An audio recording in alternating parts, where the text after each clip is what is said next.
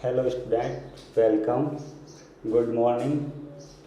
New विद्यास्त्री शिक्षण संस्थान की ऑनलाइन क्लास में आपका हार्दिक स्वागत।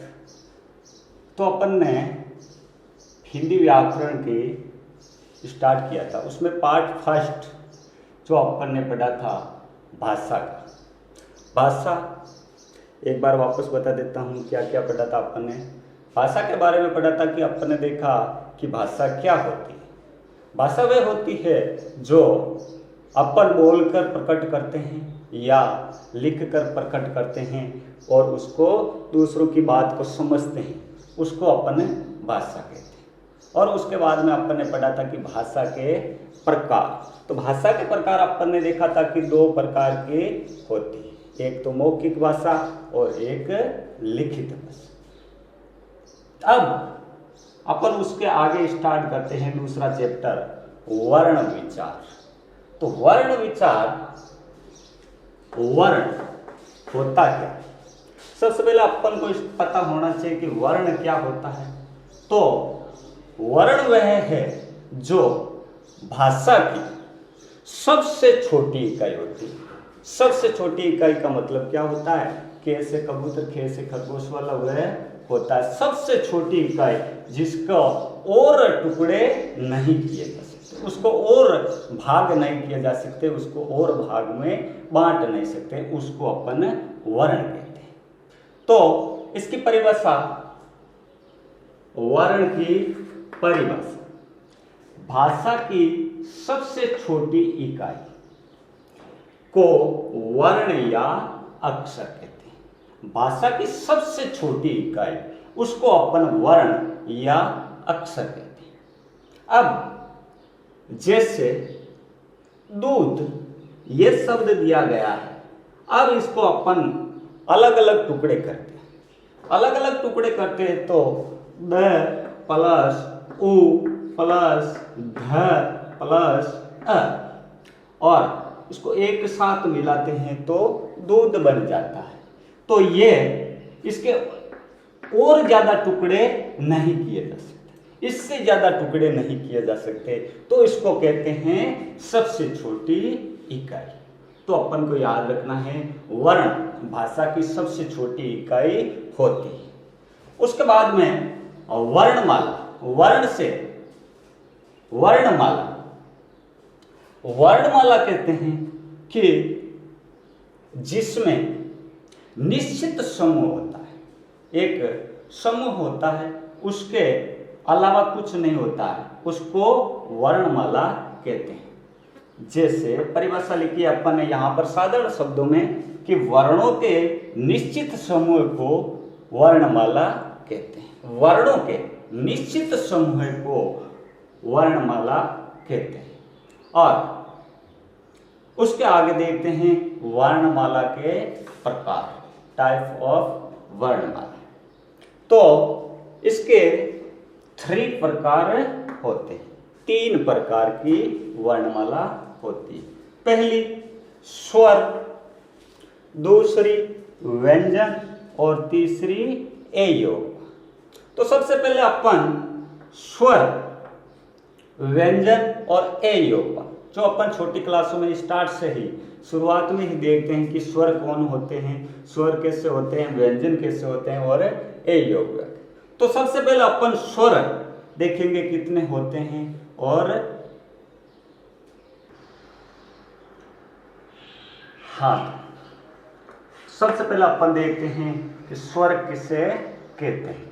स्वर उसको कहते हैं कि उच्चारण करते समय, किसी भी वर्ण का उच्चारण करते समय दूसरे वर्णों को क्या नहीं होती है, उसकी सहायता नहीं लेनी पड़ती है, उसको स्वर कहते हैं। जैसे मैंने परिभाषा में बताई कि जिस वर्ण का उच्चारण करते समय दूसरे वर्ण की सहायता नहीं लेनी पड़ती है, उसको स्वर कहते हैं। अपने आप ही ये अपने काम आते हैं, दूसरों की सहायता नहीं लेनी पड़ती। और उसके बाद अपन देखते हैं कि स्वरों की संख्या। तो स्वरों की संख्या होती है 11 प्रकार के होते हैं स्वर, नहीं सॉरी 11 संख्या होती है स्वरों की। और स्वरों के उसके बाद में अपन देखते हैं प्रकार, स्वर के टाइप्स। तो 2 टाइप्स के होते हैं, 2 प्रकार के होते हैं, हर्ष स्वर और दीर्घ स्वर। हाँ, तो अपन ने देखा था कि स्वर के 2 प्रकार होते हैं। 2 प्रकार कौन कौन से होते हैं? एक तो हर्ष स्वर और एक दीर्घ स्वर। हर्ष स्वर कौन कौन से होते हैं? ए, ई, उ और री, ये 4 हर्ष स्वर होते हैं। इसकी संख्या कितनी होती है? 4 होती है। क्योंकि इसको हर्ष स्वर क्यों कहा? इसका उच्चारण करते समय, इसको बोलते समय कम समय लगता है, सिर्फ 2 सेकंड का समय लगता है, बहुत कम समय में इसका उच्चारण किया जा सकता है, तो इसी कारण से इसको हर्ष स्वर कहते हैं। उसके बाद में 2 नंबर दीर्घ स्वर। दीर्घ स्वर में क्या होता है? इसमें कम से कम बोलने का समय 4 सेकंड का होता है, जो हर्ष स्वर से थोड़ा सा ज्यादा टाइम लगता है, तो उसका नाम के अनुरूप अपन को पता है कि दीर्घ। दीर्घ मतलब होता है थोड़ा सा बड़ा। तो आ, ई, उ, ए, ओ, आओ, ये होते हैं दीर्घ स्वर। अब दीर्घ स्वर का अपन के चैप्टर कंप्लीट होता है और उसके बाद में अपन 2 नंबर लगाकर लिखते हैं व्यंजन। 2 नंबर व्यंजन में देखते हैं कि व्यंजन क्या होते हैं।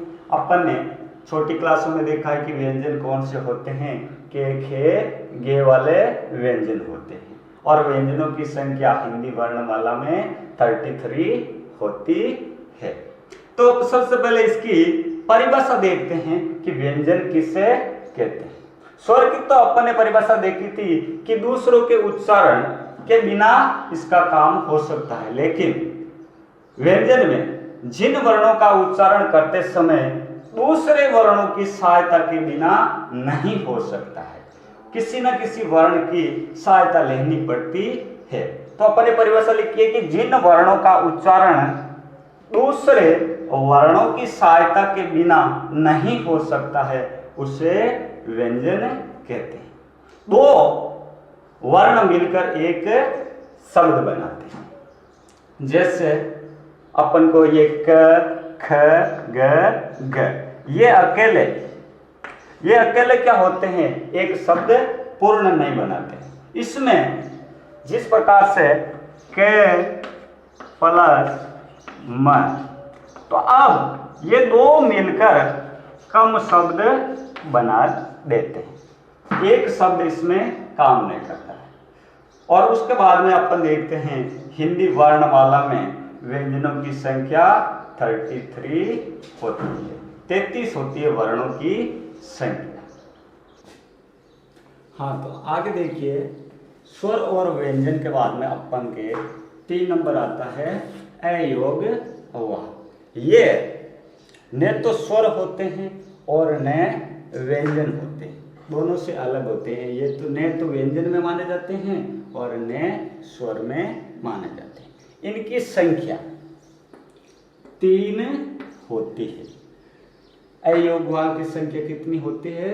3 होती है। होते कौन कौन से हैं? अह, अंग, अह। ये अनुस्वार, जो अपन ऊपर इसके बिंदी लगाते हैं उसको अपन बोलते हैं अनुस्वार। जैसे हंस, इसमें क्या होता है? थोड़ा सा जोर लगाना पड़ता है। अनुस्वार, नाक से थोड़ा सा बोलना पड़ता है और कंठों का भी इसमें काम लिया जाता है। अंग, अनुनासिक, इसको अपन नाक से बोलना पड़ता है। जैसे हंसना, थोड़ा सा उसका नाक का भी काम में लिया जाता है, काम में लिया जाता है। आंख और अह, ये विसर्ग, 2 चीज के पीछे जो बिंदियां लगी होती है उसको अपन विसर्ग कहते हैं। जैसे प्रातः, अतः आदि, ये होते हैं अयोग अववाह। तो अपन ने पार्ट 2 में पढ़ा था कि भाषा क्या होती है और भाषा के प्रकार और भाषा में क्या क्या आते हैं। तो अपन ने सबसे पहले देखा था कि भाषा के प्रकार, इन वर्ण के प्रकार और उसकी परिभाषाएं देखी थी, कौन कौन से होते हैं, व्यंजन, स्वर और योगमाल। इनके भी अपन ने परिभाषा देख ली थी, उसके उदाहरण भी देख लिए थे। अब अपन इनको एक बार वापस रिवीजन करना है और अपनी नोटबुक में करना है। धन्यवाद।